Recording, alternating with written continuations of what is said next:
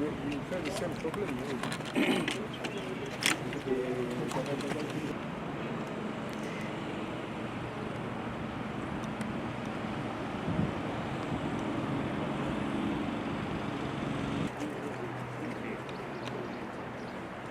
Okay.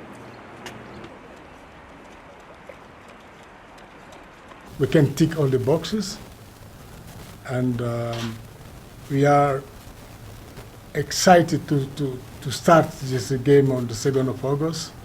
We just to call all the Kenyans to come in the stadium to support their team, because this event is to show to the world that we are ready to host the world in 2027. I want to call on all Kenyans to provide the required support to ensure that we have a great hosting of CHAN 2024. So extend my appreciation on behalf of the government of Kenya to President Motsepe for the support and to ensure that, you know, they are guiding the hosting countries, Kenya in particular, for compliance on these international tournaments.